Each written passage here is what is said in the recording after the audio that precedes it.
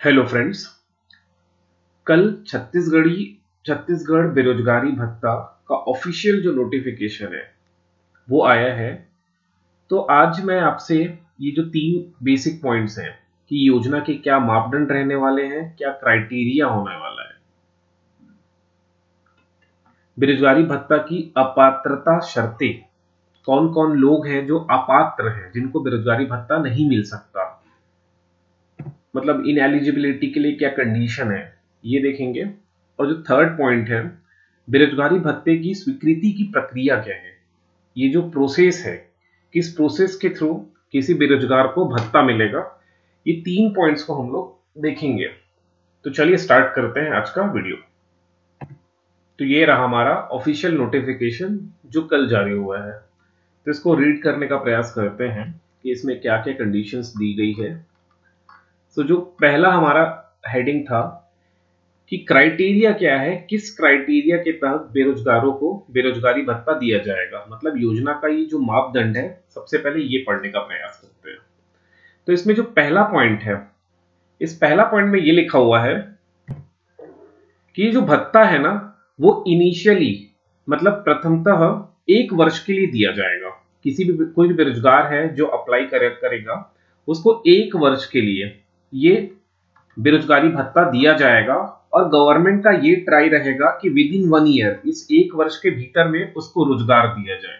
अब ये रोजगार का मतलब कोई गवर्नमेंट जॉब नहीं दिया जाएगा, या तो किसी प्राइवेट कंपनी में उसको जॉब दिलाया जाएगा, या सेमी गवर्नमेंट कंपनीज में या सेमी गवर्नमेंट जो फॉर्म्स होते हैं उसमें जॉब दिलाया जाएगा। गवर्नमेंट का ये ट्राई रहेगा कि कहीं किसी भी क्राइटेरिया को फुलफिल करते हुए उसे एक रोजगार दिलाया जाए, वो सरकारी नौकरी हो ये जरूरी नहीं है। ठीक है, अगर 1 वर्ष के भीतर भी उसको रोजगार नहीं मिल पाया तब इस अवधि को क्या बढ़ाया जाएगा, 1 वर्ष के लिए और बढ़ाई जाएगी। मतलब 1 वर्ष के भीतर उसको जॉब नहीं दिला पाई सरकार, तो 1 वर्ष के लिए इसको और एक्सटेंड करते हुए नेक्स्ट ईयर के लिए भी उसको बेरोजगारी भत्ता दिया जाएगा। लेकिन गवर्नमेंट का ये फुल ट्राई रहेगा, फुल प्रयास रहेगा कि हम उस बेरोजगार बंदे को या उस पर्सन को क्या कर दे, रोजगार दिलाए, मतलब उसको नियोजित किया जाए, किसी भी कहीं भी नियोजित किया जाए।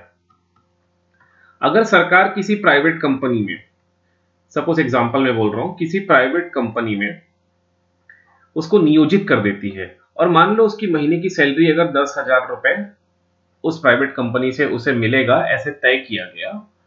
लेकिन अगर वो पर्सन, वो बेरोजगार युवा इस नौकरी को अगर छोड़ देता है कि भाई मुझे ये 10,000 की नौकरी नहीं करनी, मेरी उम्मीद है कि मेरे को 25,000 पर मंथ की नौकरी मिले, तो जैसे ही वो नौकरी छोड़ेगा या ज्वाइन ही नहीं करेगा तो उसको बेरोजगारी भत्ता देना मिलना बंद हो जाएगा। क्योंकि गवर्नमेंट का क्या एम है, गवर्नमेंट का एम ये है कि उसे नियोजित करना है, बेरोजगारी को हटा के रोजगार में कन्वर्ट करना है। तो सरकार ने अपना काम तो कर दिया, अब युवा भले वो क्या इसको नहीं चाह रहा है, मुझे ये नौकरी नहीं चाहिए, तो सरकार ने अपना काम कंप्लीट कर दिया, तो उसे अब ये जो बेरोजगारी भत्ता मिल रहा था वो मिलना बंद हो जाएगा। इस चीज को यहां समझ लेना।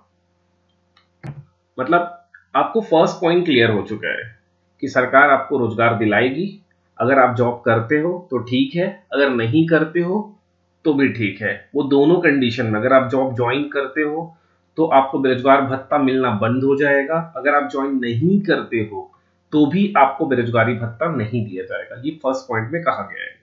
सेकेंड पॉइंट कह रहा है आवेदक छत्तीसगढ़ का मूल निवासी होना चाहिए। अगर आप मूल निवासी हो तभी आपको इस योजना का फायदा मिलेगा, लाभ मिलेगा, अदरवाइज नहीं मिलेगा। थर्ड पॉइंट कह रहा है आपकी जो एज है वो 1 अप्रैल की तक 18 से 35 वर्ष के मध्य होनी चाहिए। 18 से 35 वर्ष की आयु के युवा को ही बेरोजगारी भत्ता, ये जो योजना है उसमें लाभ मिलेगा। लेकिन इसके लिए कंडीशन क्या रखा गया है, 1 अप्रैल तक। अब ये अप्रैल बस लिखा है, इसमें ईयर नहीं लिखा है, मतलब ये 2023 होगा। 1 अप्रैल 2023 तक आपकी जो आयु है वो 18 से 35 के बीच में होना चाहिए। ये तीसरा कंडीशन है। चौथे कंडीशन की तरफ चलते हैं। चौथा कंडीशन ये बोल रहा है कि जो युवा है वो न्यूनतम 12वीं पास होना चाहिए।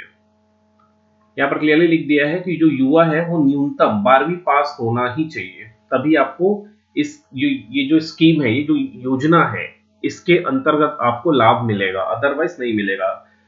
ठीक है, मान लो कोई युवा 20 साल का है लेकिन वो 10वीं तक की ही पढ़ाई किया है, मतलब 12वीं पास नहीं है, तो वो इस स्कीम से फायदा नहीं ले पाएगा। चलिए नेक्स्ट पॉइंट की तरफ।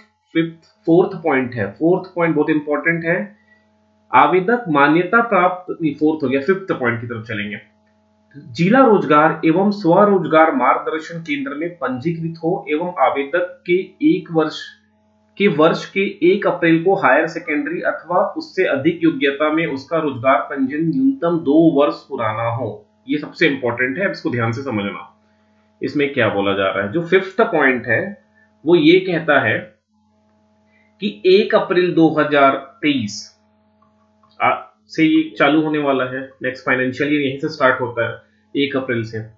तो 1 अप्रैल 2023 से जस्ट 2 साल पहले आप चले जाओ, 2 साल पहले, मतलब 1 अप्रैल 2023 से 2 साल पहले चले जाएंगे तो हो जाएगा 1 अप्रैल 2021। यहां से आपका पंजीयन होना चाहिए। अगर आप इसके बाद पंजीयन करे हो, रोजगार कार्यालय में पंजीयन 1 अप्रैल 2021 के बाद आप करे हो, तो आप इनएलिजिबल होगे, क्योंकि यहां पर क्लियर लिखा है कि आपका जो रोजगार पंजीयन है वो 2 साल पुराना होना चाहिए, न्यूनतम 2 साल पुराना होना चाहिए। देखिए ध्यान से समझिए इस पॉइंट को। इस पॉइंट में लिखा है कि आपका 1 अप्रैल से, मतलब 1 अप्रैल 2023 से ये स्कीम स्टार्ट होगा, तो यहां से स्टार्ट होने से पहले 2 साल पुराना हो तो ही आप एलिजिबल हो हैं। मान लो एग्जाम्पल, कोई पर्सन है, कोई बेरोजगार युवा है जिसने अपना पंजीयन कराया है, सपोज 2022 में कराया है, नवंबर 2022 में कराया है, तो वो भले ही बेरोजगार है लेकिन वो इस योजना के तहत इनएलिजिबल हुआ, क्योंकि उसका जो पंजीयन है, रजिस्ट्रेशन है, वो 2 साल पुराना नहीं है।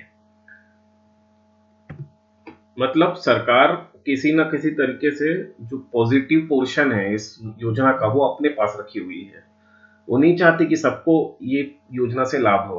अब देखो ये 2 साल का कंडीशन रखने के पीछे क्या कारण है नहीं पता मुझे, लेकिन ये कंडीशन की वजह से बहुत लोग इनएलिजिबल हो जाएंगे। कुछ लोग ऐसे युवा हैं जो भले इस क्राइटेरिया को फुलफिल कर रहे होंगे, मतलब उनकी एज होगी 30 के आसपास, लेकिन उनका रजिस्ट्रेशन ही 2 साल पुराना नहीं होगा। कई बार ऐसा होता है कि रजिस्ट्रेशन कराए थे, फिर उसके बाद उसको रिन्यू नहीं करा पाए, तो वो कई साल से ब्लैंक रहा है। फिर उसके बाद वैकेंसी आई 2022 में, तो वो जाके 2022 में रिन्यू कराए होंगे। अब वो पता नहीं वो काउंट होगा कि नहीं होगा, इसके बारे में कोई क्लैरिफिकेशन तो नहीं लिखा है। लेकिन अब इसमें जिस प्रकार से लिखा है कि जिला रोजगार या स्वरोजगार मार्गदर्शन केंद्र में पंजीकृत हो एवं आवेदन के वर्ष के 1 अप्रैल को हायर सेकेंडरी अथवा उससे अधिक योग्यता में उसका रोजगार पंजीयन न्यूनतम 2 वर्ष पुराना हो। अब ये न्यूनतम भी बोला है, अब इसको देखना पड़ेगा, जब आप अप्लाई करोगे तब आपको समझ में आएगा ये चीज। 6th पॉइंट बोल रहा है, 6th पॉइंट बोला जा रहा है, आवेदक के आय का कोई स्रोत ना हो। अब जो आवेदक है उसके आय का कोई स्रोत नहीं होना चाहिए, उसका कोई स्रोत नहीं होना चाहिए आवेदक के आय का। अगर आवेदक कहीं काम कर रहा है तो वो इनएलिजिबल होगा। ठीक है, मतलब उसके आय का कोई स्रोत नहीं होना चाहिए। एवं आवेदक के परिवार के समस्त स्रोतों से आय रुपए 2,25,000, 2,50,000, मतलब 2.5 लाख रुपए उसकी फैमिली इनकम होनी चाहिए। फैमिली इनकम होनी चाहिए 2.5 लाख, इससे ज्यादा नहीं होनी चाहिए। अगर 2.5 लाख से कम है चलेगा, 2.5 लाख तक चलेगा, 2.5 लाख से अधिक नहीं होनी चाहिए जो फैमिली इनकम है। मैं एग्जांपल के तौर पे बताता हूँ, एक कोई परिवार हम लोग वर्चुअली कंसिडर कर लेते हैं। इस परिवार में एक फादर है, मदर है और इनके 3 बच्चे हैं। ये हो गया चाइल्ड 1, ये हो गया चाइल्ड 2 और ये हो गया चाइल्ड 3, 3 बच्चे हैं। सपोज फादर की मंथली इनकम 20,000 रुपए है, 20,000 रुपए, मतलब साल का हो जाएगा 2,40,000 रुपए, और मदर का इनकम बिल्कुल जीरो है, नहीं है। तो ये जो फैमिली है, इस फैमिली में कोई एक बच्चा एलिजिबल हो जाएगा इस क्राइटेरिया के लिए। या तो उसके चाइल्ड 1 को बेरोजगारी भत्ता मिलेगा, या सेकंड बच्चे को मिलेगा, या तीसरे बच्चे को मिलेगा। ठीक है, तीनों को एक साथ बेरोजगारी भत्ता नहीं मिलेगा। लेकिन अगर फैमिली की इनकम, इस पर एक और थोड़ा एलाबोरेट करते हैं। मान लो ये हो गया, यहां पर थोड़ा क्लियर कर देता हूं पहले थोड़ा सा, देखिए इस चीज को समझिए। फादर की इनकम तो 2.5 कितना हो गया, 2,40,000 हो गया था।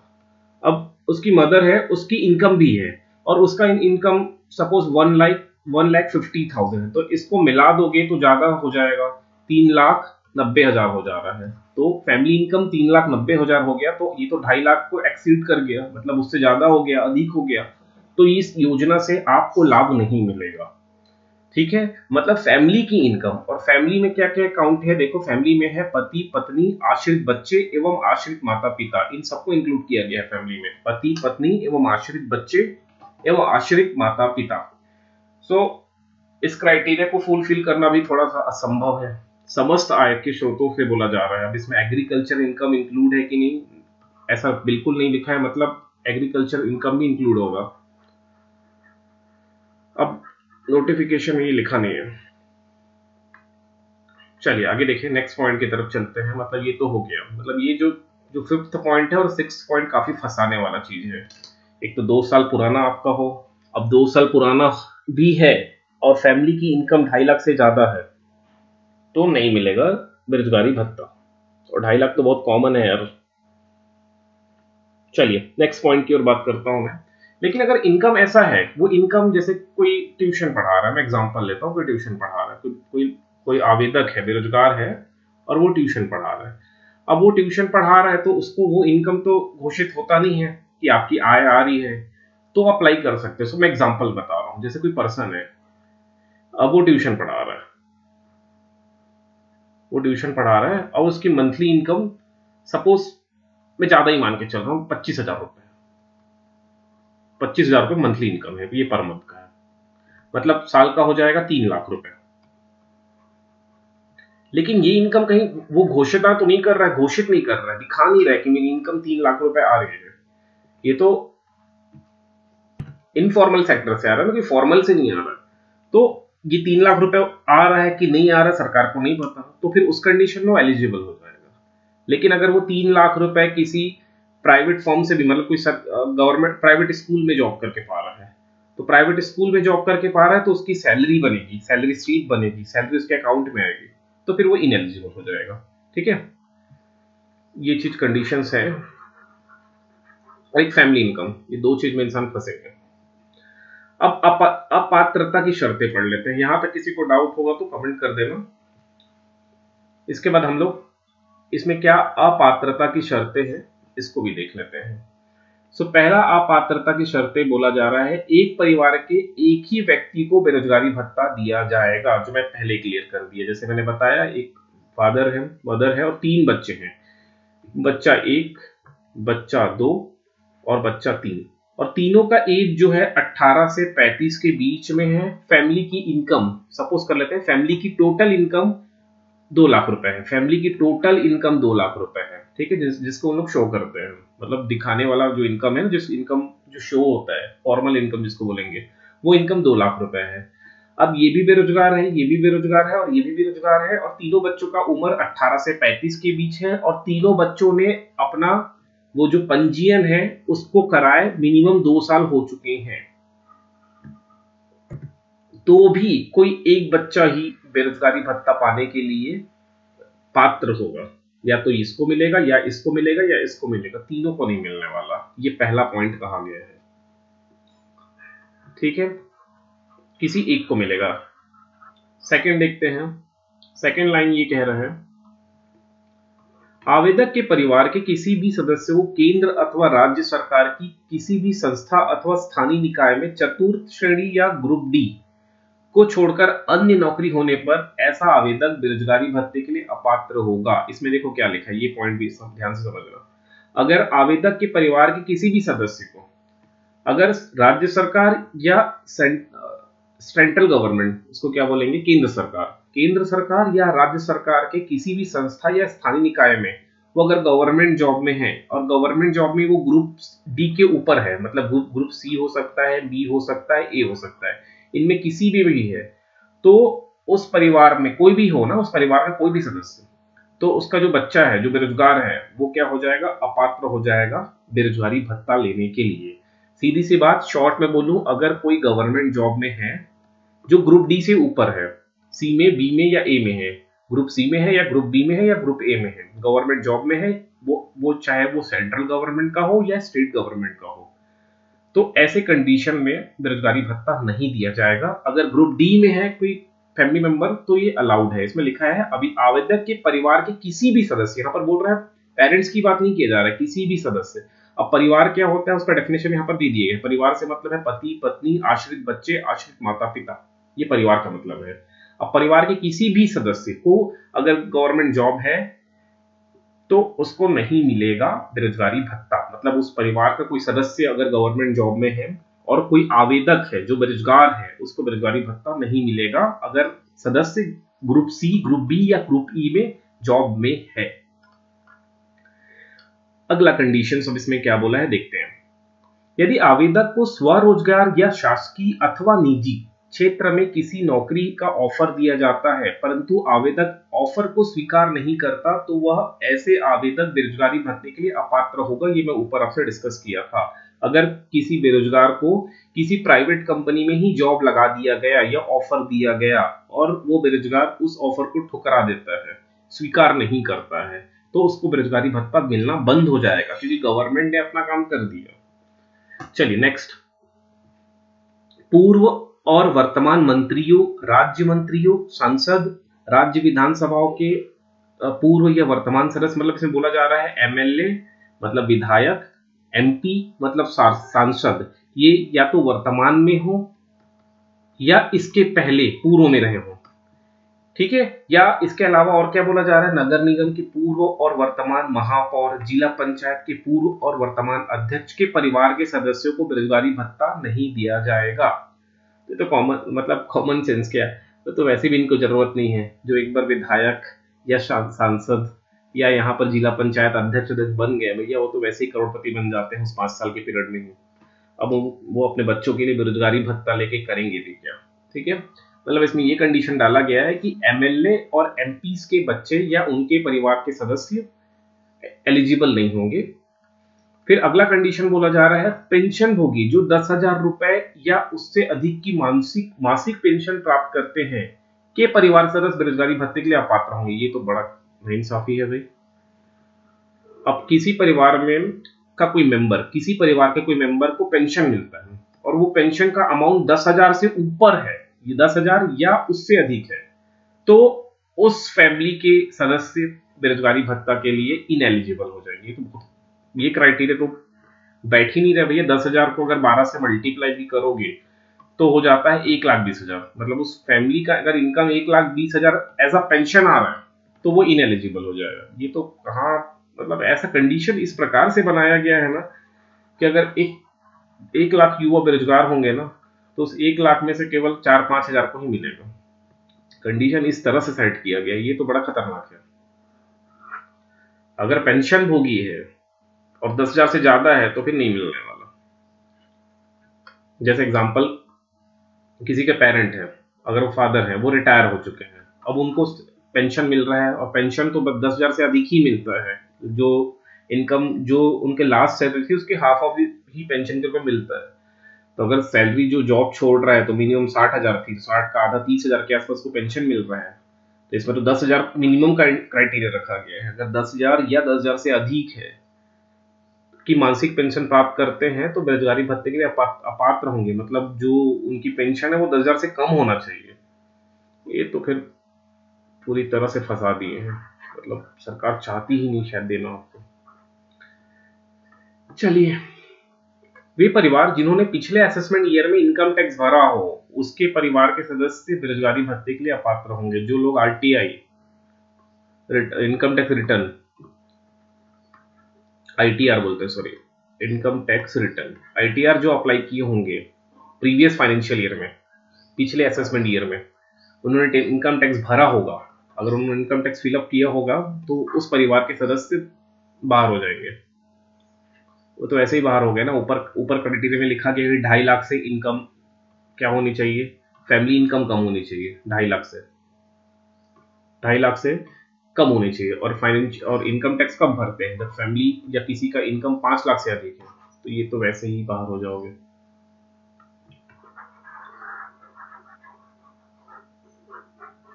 अब देखो बात आगे।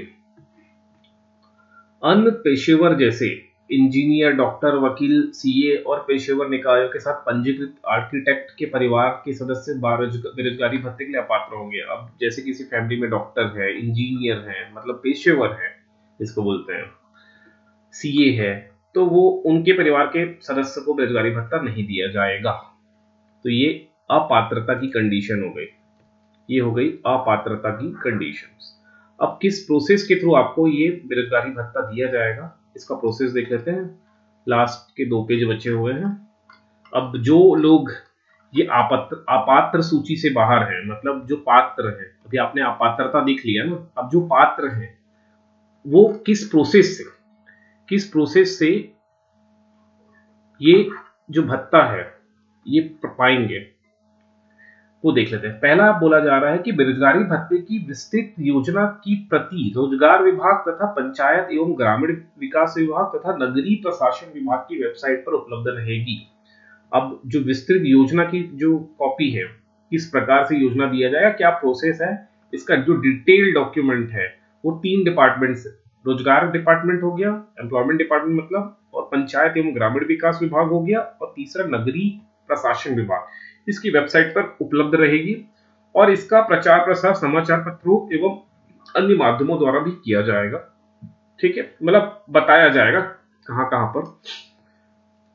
नेक्स्ट बोला जा रहा है संबंधित जनपद पंचायतें एवं नगरीय निकाय सभी आवेदकों का पूर्ण रिकॉर्ड रोजगार विभाग द्वारा निर्धारित प्रपत्र में अपने पास रखेंगे। ये भी कोई खास नहीं है, जनपद पंचायत और जो नगरीय निकाय है अपने पास डॉक्यूमेंट रखेंगे।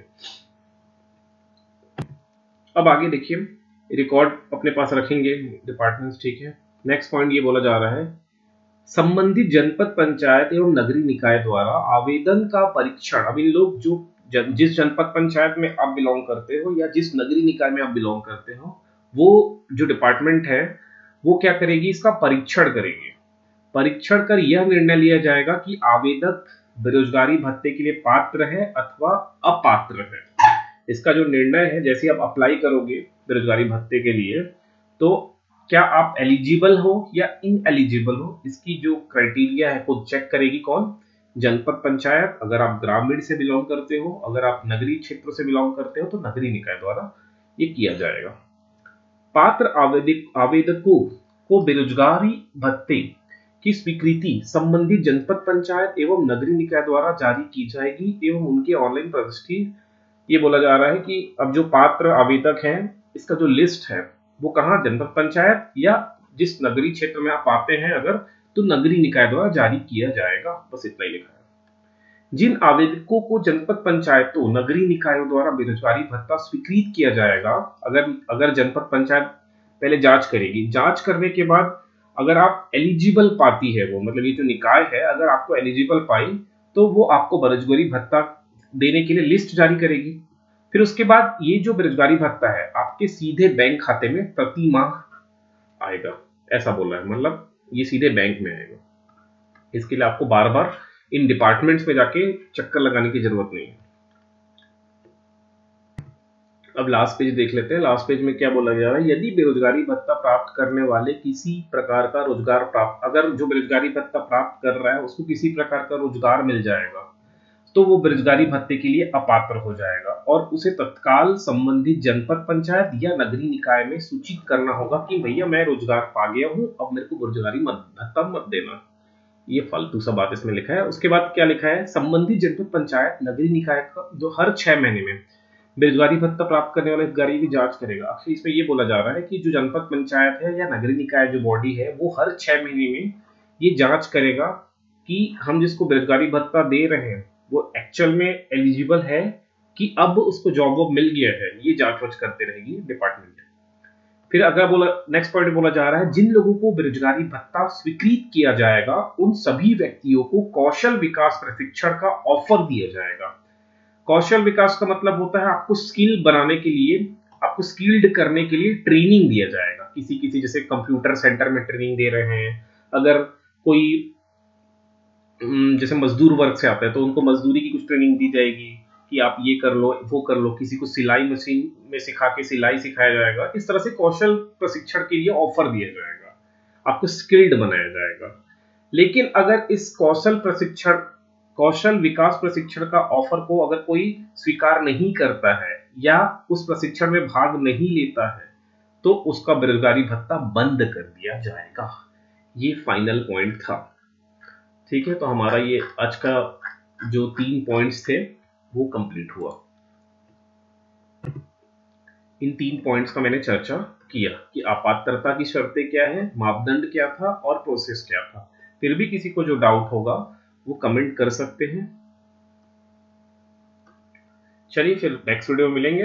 वैसे इस भत्ता में कौन एलिजिबल है वो कमेंट करके बताना भाई। मुझे तो लग नहीं रहा है कि एलिजिबिलिटी कंडीशंस इतनी खतरनाक है कि एलिजिबल होना बड़ा मुश्किल है इसमें। तो फिर भी जो एलिजिबल हो कमेंट करके बताना। चलिए फिर नेक्स्ट वीडियो में मिलेंगे।